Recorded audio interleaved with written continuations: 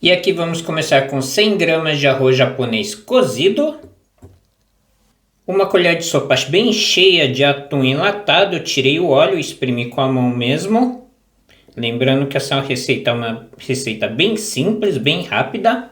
Uma colher de chá de maionese Kewpie, a maionese japonesa. Se não tiver, pode usar a maionese que quiserem.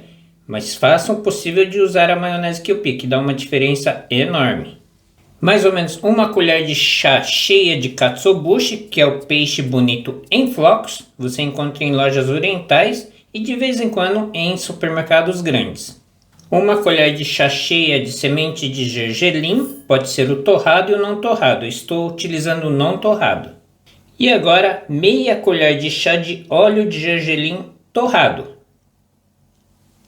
E agora é só misturar tudo muito bem.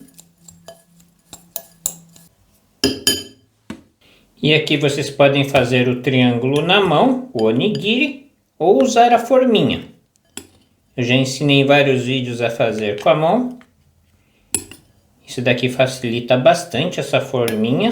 É só colocar e prensar. Aqui é só dar uma ajeitada, pegar a tampa e dar uma leve pressionada. Não muito para não amassar muito o grão de arroz. E aqui está pronto. É só empurrar com o dedo que o bolinho sai. E agora meia colher de chá de amido de milho.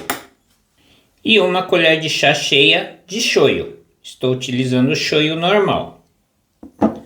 Só misturar.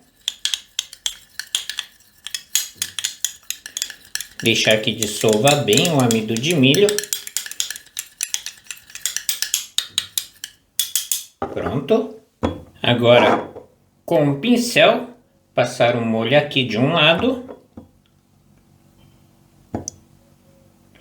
E colocar em fogo bem baixo para fritar. Passar aqui em cima também.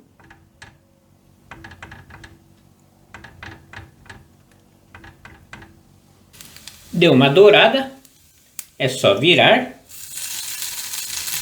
Dourou o outro lado, já está pronto o nosso onigiri.